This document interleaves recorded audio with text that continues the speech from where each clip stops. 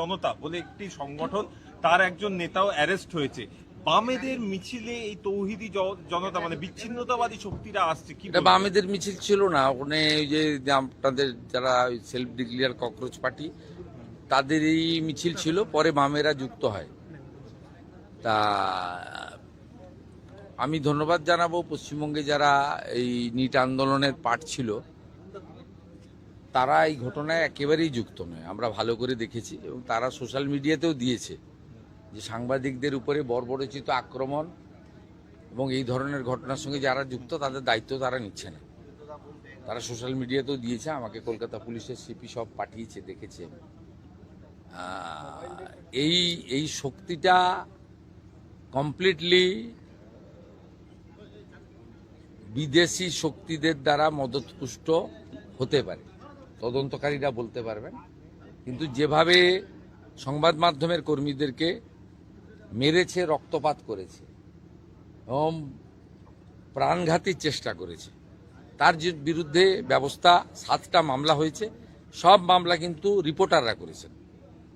Police 2-1টা suo motu মামলা করেছে, কিন্তু রিপোর্টাররাই এগিয়ে এসে করেছেন। এই প্রথম পশ্চিমবাংলায় রিপোর্টাররা বছরের পর বছর ধরে আক্রান্ত হয়েছে।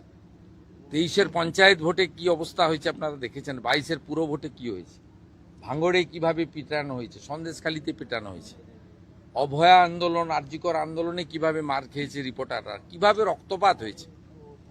না প্রেস ক্লাব কোনো ভূমিকা নিয়েছে, না তদানীন্তন মুখ্যমন্ত্রী বা পুলিশ কোনো ভূমিকা নিয়েছে, না কেউ গ্রেপ্তার হয়েছে।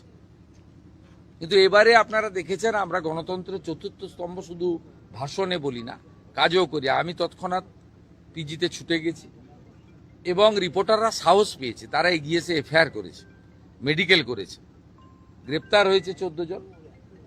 যাদের ভিডিওতে দেখা গেছে তারা গ্রেপ্তার হয়েছে। এদের সঙ্গে ককরোচ পার্টি, নিট আন্দোলনের কোনো সম্পর্ক নেই।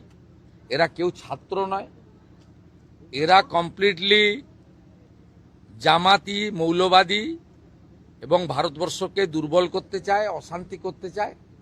আর গত 10 সপ্তাহব্যাপী যে বিজেপি রাষ্ট্রবাদী সরকার চলছে, তারা যে সিদ্ধান্তগুলো আইন কার্যকর করার ক্ষেত্রে নিয়েছে, সেই যন্ত্রণা থেকে এই অসভ্যতামিটা এরা করছে। এই খারিজি মাদ্রাসা তার রেজিস্ট্রেশন নিয়ে তদন্ত হচ্ছে, এদের রাগ আছে। অবৈধ ওবিসি সার্টিফিকেট পেয়েছিল, হাইকোর্ট বাতিল করেছিল, আমরা কার্যকর করেছি, রাগ আছে। 1950 সালে পশু হত্যা আইন কার্যকর হয়েছে, রাগ আছে। আপনার আমাদের সাউন্ড পলিউশন নিয়ে আমরা কিছু বিধি নিয়েছি, এদের রাগ আছে। এই লোকেরা এইসব করতে এখানে এসেছে। প্রধানমন্ত্রীর ছবিতে লাথি মারা, মুখ্যমন্ত্রীর ছবিতে লাথি মারা, প্রধানমন্ত্রীকে ব্যক্তিগতভাবে যে ছবি মানে চোখে দেখা যায় না, এটা আন্দোলন নাকি? আর দিল্লিতে তো ওরা অ্যালাউ করেনি, বা অন্য জায়গায়। আজাদি আজাদি কি? এবং কেউ কেউ তো ন্যাশনাল ফ্ল্যাগটাই ধরতে জানে না, উল্টো দিকে ধরে রেখেছিল। এরা কেউ আন্দোলনের লোক নয়, ছাত্র নয়, এরা গুন্ডা। গুন্ডা দমন আইনে ব্যবস্থা হবে। গতকাল বিধানসভায় যা বলেছি ওটাই ফাইনাল।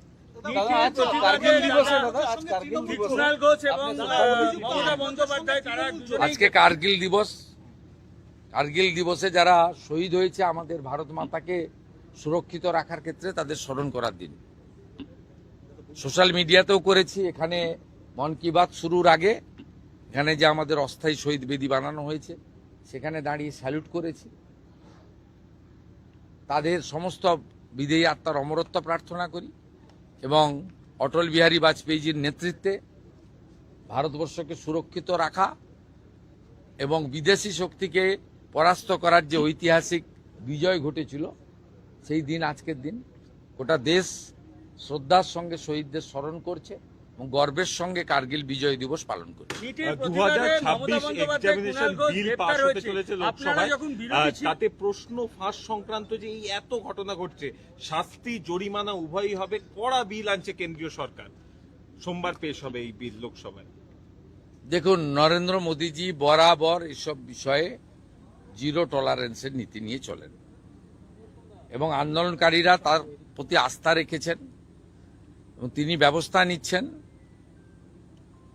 এবং গোটা দেশবাসীর আস্থা আছে এবং তিনি শুধু বিল আনা নয় কার্যকর করার ক্ষেত্রেও ফাস্ট ট্র্যাকের কথা বলেছেন। বাকি বিস্তারিত বিলে আমরা জানতে পারবো।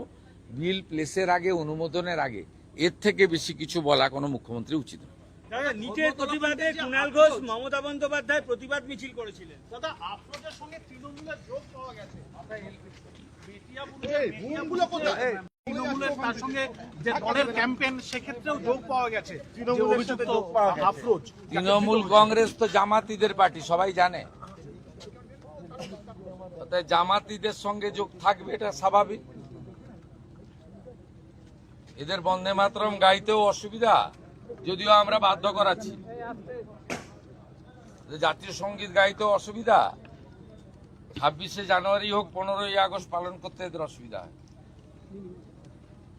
আইনের শাসনের মধ্য দিয়ে গুন্ডাদের দমন আমরা করব, আর বাক স্বাধীনতা, গণতান্ত্রিক স্বাধীনতা প্রত্যেকের থাকবে।